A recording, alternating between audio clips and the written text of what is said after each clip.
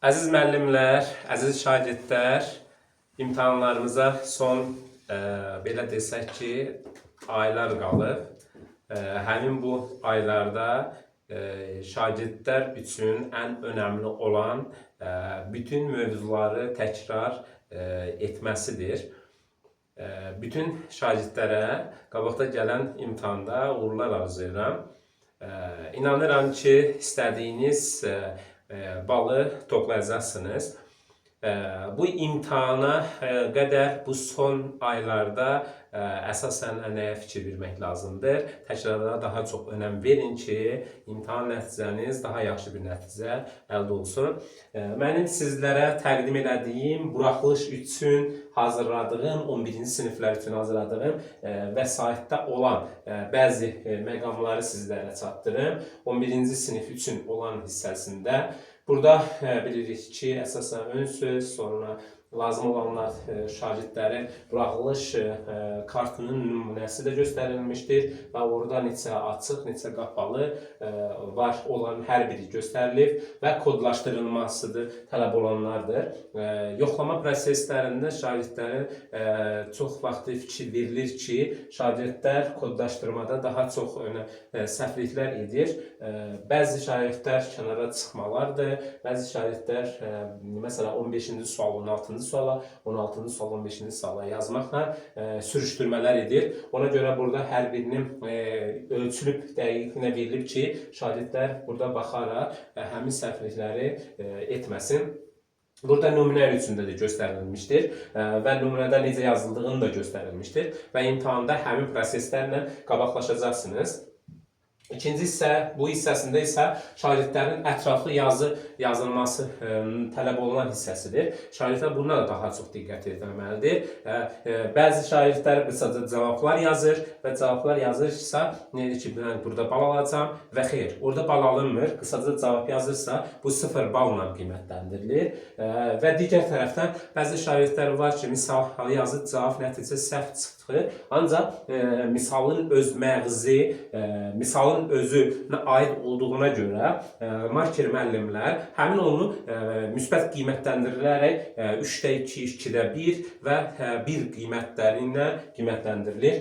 Və yadımızda saxlayaq əziz şagirdlər və kodlaşdırma vərəqində buradan kənara çıxmaq olmaz. Və kənarda yazılan hissəsində onlar marker tərəfindən onu görünmür və görünmədiyinə görə də ona bal verilmir və sadəcə onu təxmini olaraq 2-də 1 və 3-də 2 balla qiymətləndirilir. Və onlara da tam diqqətli olun və bu çərçivənin daxilində olan hissəyə yazın ki, orada balınız tam dəqiqliklə olsun. Bizim digər hissəsində burada şagirdlər üçün ümumi testi yazıb və balını hesablamağa çalışmalıdır. Və burada bilirik ki, riyaziyyatda burada 100 ballıq sistemindədir. Qapalı tip tapşırıqlar 13 tapşırığımız var. Cavabı kodlaşdırma tipi tapşırıqlar isə 5 tapşırıq var. Həlli ətraflı şəklində yazılan tapşırıqsa 7 tapşırıqdır və ümumilikdə cəmi 25 tapşırıqdır. Və burada ümumi bu düsturun yerinə yazaraq ümumi bal nəticəsini də yoxlaya bilərlər.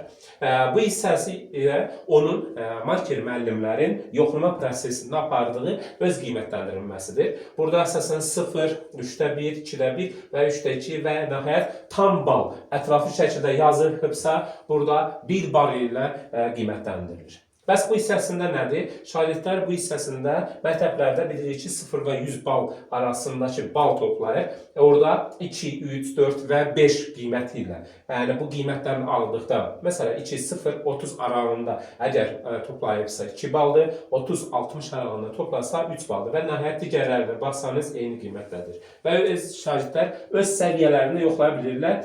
Qeyri-kafidir, kafidir, yaxşıdır və əladır. Bu səviyyələri yoxlaya bilərlər.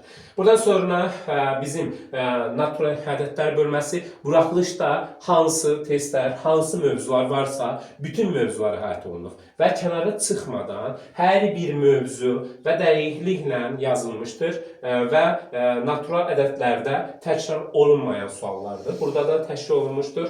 Burada hər biri natural ədədi ümumilikdə cəmləşdirilir. Buraxılış formatında modellər yerləşdirilib və bu şəkildə ərsəyə gəlmişdir. Burada olan testlərə tam diqqətli olun əziz şagirdlər. Burada olan lazımi testlərdir.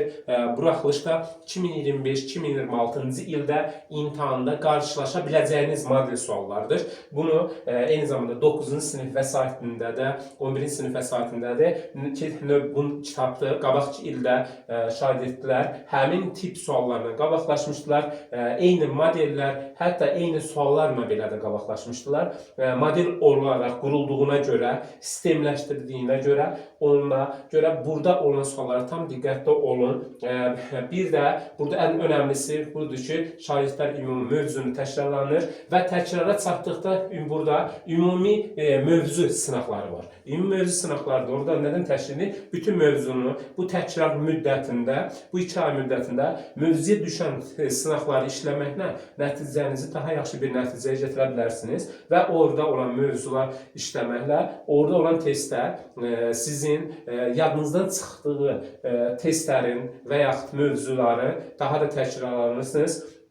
Burada olan mövzulara tam diqqətli olun ki, imtahanda yaxşı bir nəticəyi əldə edə bilərsiniz. Hər birinizə uğurlar arzulayıram.